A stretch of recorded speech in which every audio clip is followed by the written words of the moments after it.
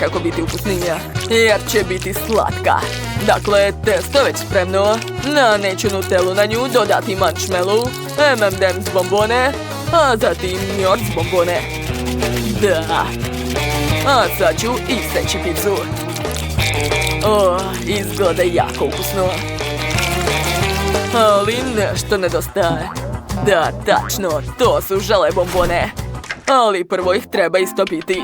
Uradit ću to uz pomoć vatre. Jao, nešto ne radi. Šta nije u redu? Joj.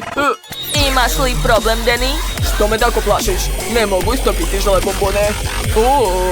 Hvala ti puno. Baš si mi pomogla. Nema na čemu, ha?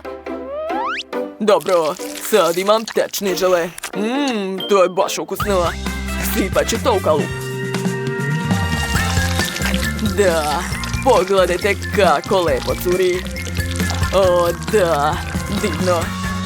A sad ću dodati žele bombone. I slatki dijel. Da, tako je.